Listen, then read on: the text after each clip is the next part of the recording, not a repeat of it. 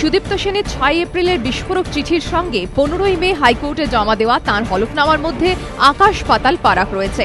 পুরোপুরি ডিগবাজি খেয়েছেন সারদা কর্ণধার। ৬ এপ্রিলের চিঠিতে তৃণমূল সাংসদ কুণাল ঘোষ ও সৃঞ্জয় বসুর নাম করে সুদীপ্ত সেন অভিযোগ করেছিলেন, প্রতিদিনের তরফে আমাকে আশ্বাস দেওয়া হয় চুক্তি হলে নিরাপদ এবং নির্বিঘ্নে ব্যবসা চালাতে, যাতে রাজ্য সরকার এবং কেন্দ্র সরকারের দিক থেকে কোনো সমস্যায় না পড়তে হয় তার জন্য প্রোটেকশন দেবেন তারা। এই প্রসঙ্গে তারা আমাকে আশ্বস্ত করেন মুখ্যমন্ত্রী মমতা বন্দ্যোপাধ্যায়ের সঙ্গে তাঁদের ঘনিষ্ঠ যোগাযোগ রয়েছে।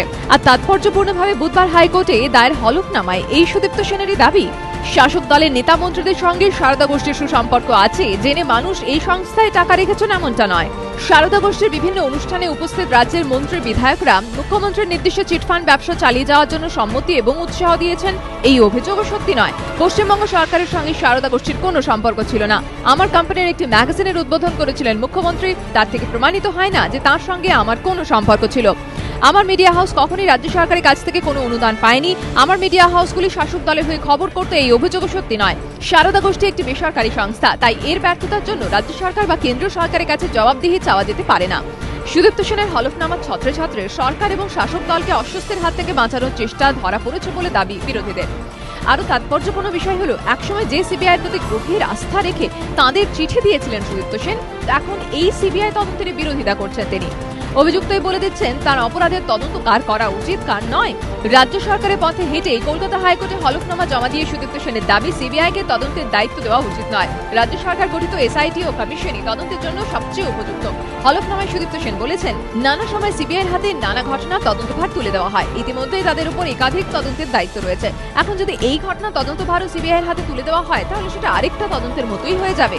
উল্টো দিকে সারদা সংক্রান্ত তদন্তের জন্য পশ্চিমবঙ্গ সরকার সম্পূর্ণ পৃথক স্পেশাল ইনভেস্টিগেশন টিম তৈরি করেছে। কমিশনও তার তদন্ত শুরু করেছে। কমিশনের হাতে প্রচুর ক্ষমতা দেওয়া হয়েছে। ৬ এপ্রিল সিবিআইকে চিঠি লিখে এই সুদীপ্ত সেন বলেছিলেন, এই ঘটনায় জড়িতদের মধ্যে অনেকের সঙ্গে শীর্ষস্থানীয় আমলা, পুলিশ ও রাজনীতিকদের যোগাযোগ আছে। আমার এমন কারোর ওপর আস্থা নেই যিনি এই অসৎ ব্যক্তিদের বিরুদ্ধে ব্যবস্থা নেবেন। সিবিআইকে লেখা তাঁর এই চিঠিকে যেন এফআইআর হিসেবে গণ্য করা হয়, এই আর্জি পর্যন্ত জানিয়েছিলেন সুদীপ্ত সেন। কিন্তু তিনি এখন হঠাৎ করে সিবিআই তদন্তে আপত্তি জানাচ্ছেন এবং রাজ্য সরকার গঠিত স্পেশাল ইনভেস্টিগেশন টিম এবং কমিশনের উপর গভীর আস্থা প্রকাশ করছেন। সারদা কর্ণধারের এই ভুল বদলেই রাজনৈতিক মহলে গুঞ্জন শুরু হয়েছে। যেদিন সারদার কর্ণধার সিবিআই কে চিঠি লিখেছিলেন, তিনি লিখেছিলেন কারো নির্দেশে লিখেছিলেন বা সাদা কাগজে সই করেছিলেন তা আমি বলতে পারছি না, কিন্তু এটা পরিষ্কার যে এটা গড়াপেটার ভিত্তিতে লেখা হয়েছিল। ওকে যা লেখানো হচ্ছে লিখছেন, যা বলানো হচ্ছে বলছেন। নিশ্চয়ই চাপে আছেন, কিন্তু বোঝাপড়া ওদের অব্যাহত আছে, সেটাই আবার প্রমাণিত হচ্ছে। রাজনৈতিক মহলে প্রশ্ন উঠেছে, কি এমন হলো যে সিবিআইয়ের উপর এত আস্থা রাখা সুদীপ্ত সেন গ্রেফতার হওয়ার পর এইভাবে পাল্টে গেলেন? ডিগবাজের নেপথ্যে কি বিশেষ কোনো কারণ, কোনো নয়া সমীকরণ?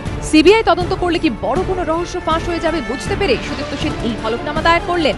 কাউকে কি বাঁচানোর চেষ্টা করছেন সারদা কর্ণধার? বিশেষ কারোর অঙ্গুলি হেলনে কি তাঁর এই ডিগবাজি? প্রশ্ন ঘুরপাক খাচ্ছে রাজনৈতিক মহলে। এবিপি আনন্দ।